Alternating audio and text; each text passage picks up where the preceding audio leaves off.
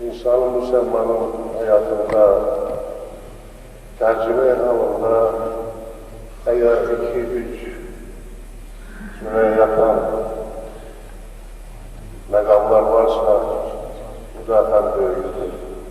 Hayatta kalandır ve etrafta aile yakınlar o megamaya hemşe böyle gurur verir ve yüreği genişliği elde eder.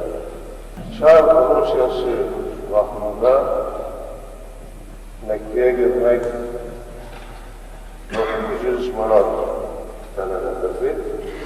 Kerbela'ya Necdet'e veya Neşe'de 700 manat.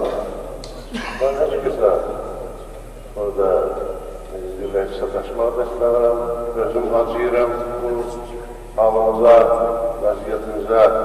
Ama dedi ki bu halal emeğiyle kazanılan meblağ olmalıdır ve iki şahidin